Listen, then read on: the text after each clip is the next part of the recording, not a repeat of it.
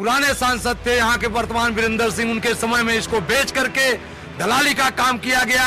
इससे भदोही की जनता भारतीय जनता पार्टी से छुटकारा चाहती है। राशन तो फ्री बांट रहे हैं ना, एक तरफ आप राशन फ्री बांट कर देश को करेंगे, मैं 80,000 करोड़ को ये राशन दे रहा हूँ। जब राशन आप फ्री बांट कर आदत तो आप नहीं खराब कर रहे हो, तो फिर बिजली क्यों नहीं फ्री हो सकती? मोदी जी से लोग उब चुके हैं, क्योंकि महंगाई, बेरोजगारी, भ्रष्टाचार, इस पे कोई कुछ नहीं हो रहा है, सिर्फ जुमलेबाजी हो रहा है। बीजेपी घुमा कर लूटती है। एक तरफ आप 2,000 तो खाते में डालते हैं, दूसरी तरफ हमारी खाद 40 किलो कर देते हैं। स्वागत है आपका लोकसभा के रण में, क्योंकि इस वक्त देश में सियासी पारा गरमाया हुआ है। देश में लोकतंत्र का महापर्व है और ऐसे में आप जिस भी जगह पर जाएंगे, हर एक गली कूचे पर आपको सिर्फ और सिर्फ राजनीति की चर्चा ही सुनाई देगी। इस बार किसकी सरकार बनेगी, किन मुद्दों पर मतदान होगा और कौन उस क्षेत्र का सांसद बनेगा, ये तमाम बड़े मुद्दे हैं जिनके इर्द गिर्द सियासत की चर्चाएं लगातार जारी हैं। और इसी कड़ी में आज हम पहुंचे हैं भदोही, जो कि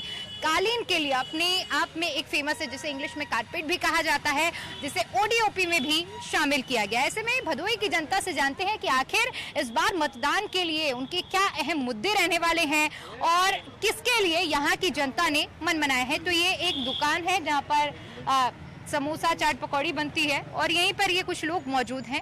इनसे आम चर्चा करते हैं, समझते हैं कि इस बार इनका क्या कुछ मूड है।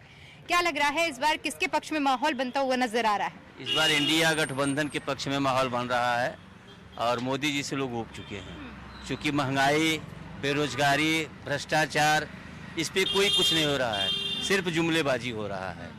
इसलिए लोग चाह रहे हैं हर चीज में परिवर्तन।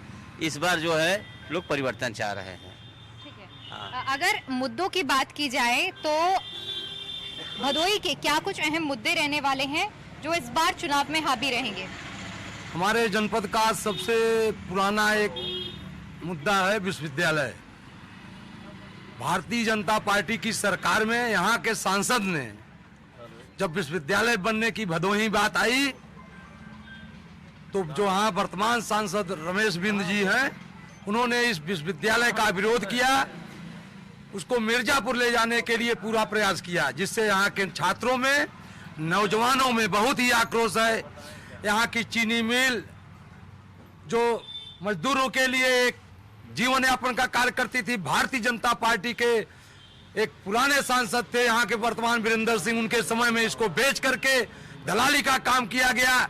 इससे भदोही की जनता भारतीय जनता पार्टी से छुटकारा चाहती है और गठबंधन प्रत्याशी के पक्ष में ज्यादा है। क्योंकि देखिए, जिस तरह से दो बातें निकलकर सामने आई हैं, ऐसे में मैं आपसे ये समझना चाहूंगी, क्योंकि भदोही को जो पहचान मिली है कालीन की वजह से, पूरे विश्व में उसे पहचाना जा रहा है। आज अगर कहीं संसद भवन में भी भदोही की ही कालीन बिछी हुई है, तो ऐसे में यहाँ की जो जनता है, यहाँ एक छोटे से शहर से बड़ी पहचान मिल रही है और ये कहीं ना कहीं कहा जाए तो ओडीओपी योजना के तहत मिली है। आप क्या देख रहे हैं, आपने क्या मन बनाया? क्या आपको लगता है कि इन सब योजनाओं की वजह से ही भदोही का नाम विश्व स्तर पर पहुंच रहा है? आज भी कालीन का काम बहुत ही कम हो गया है, रोजगार यहाँ पे बहुत कम हो गया है। भ्रष्टाचारी की वजह से यहाँ के सांसद रमेश बिंद जी सांसद थे, उन्होंने कुछ भी विकास नहीं किया। यहाँ पे महंगाई चरम पे है। हम महंगाई को देखते हुए वोट करेंगे, बेरोजगारी को देखते हुए वोट करेंगे और क्या कहते हैं, भ्रष्टाचारी को देखते हुए वोट करेंगे। तानाशाही, आज ये सरकार तानाशाही कर रही है। जो उनके खिलाफ बोलता है, जो बोलता है, उनको कभी ईडी सीबीआई लगा के उनके अंदर कर दिया जाता है। तो हम महंगाई को, भ्रष्टाचारी को देखते हुए मैं इंडिया गठबंधन को वोट करूंगा, ललितेश पति त्रिपाठी को वोट करूंगा। यहाँ से ललितेश पति त्रिपाठी कम लाख से 2 लाख के अंतर में वोट चुनाव जीतने जा रहे हैं। यहाँ से समोसा खा रहे हैं आप, सबसे पहले तो ये बताइए समोसे का स्वाद कैसा है? बहुत अच्छा है इनका समोसा, हमारे यहाँ बहुत चर्चित, बहुत अच्छा। क्योंकि समोसे का स्वाद आपको अच्छा लग रहा है, तो ऐसे में ये भी जानना जरूरी है कि चुनावी स्वाद कैसा लग रहा है। चुनावी स्वाद ये है कि इस बार भाई हम लोग तो मोदी जी को जिस उम्मीद से देश की बागडोर दिया था, प्रदेश का प्रधानमंत्री बनाया था, मोदी जी उस उम्मीद पे खरा नहीं उतरे। देश का नौजवान, किसान परेशान है।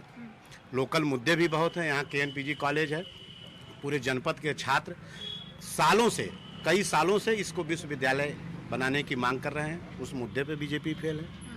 यहाँ स्वास्थ्य पे मुद्दे पे फेल है। जिस तरीके से देश में पर्चा लीक हो रहा है, बेरोजगारी बढ़ रही, किसान आत्महत्या कर रहा है, सारे मुद्दों पर फेल है। इसलिए इस बार हम लोग इंडिया गठबंधन को करने। आपने किसानों का जिक्र किया, लेकिन सरकार तो ये कहती है कि किसानों को अब बढ़ावा देने के लिए किसान सम्मान निधि दी जा रही है, हर महीने खाते में पैसा डाला जा रहा है। देखिए, आप घुमाकर बीजेपी घुमाकर लूटती है। एक तरफ आप 2000 तो खाते में डालते हैं, दूसरी तरफ हमारी खाद 40 किलो कर देते हैं। किसानों का आप जैसे आम किसान जो है वो डाई, यूरिया, तमाम जो भाई खेती के संसाधन थे सब महंगे हुए हैं। किसानों को उनका उचित मूल्य नहीं मिल रहा है। इस तमाम मुद्दे पर किसान परेशान है। वो लॉलीपॉप दे रहे हैं, इससे सारे किसान समझ गए हैं। मैं 2000 रुपये से, आप बताइए 2000 रुपये से क्या होने वाला है? आप मेरी खाद 50 से 40 किलो कर दी।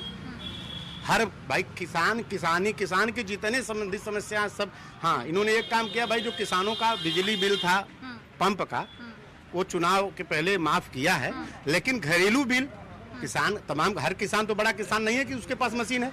तमाम ऐसे किसान है, तो घरेलू बिल के बिजली का के बिल क्या हाल है? जिस तरीके से गांव में आपको बता दें, बिजली विभाग वाले पहुंच रहे हैं, ऐसा लग रहा है जैसे आतंकवादी गांव में आया है।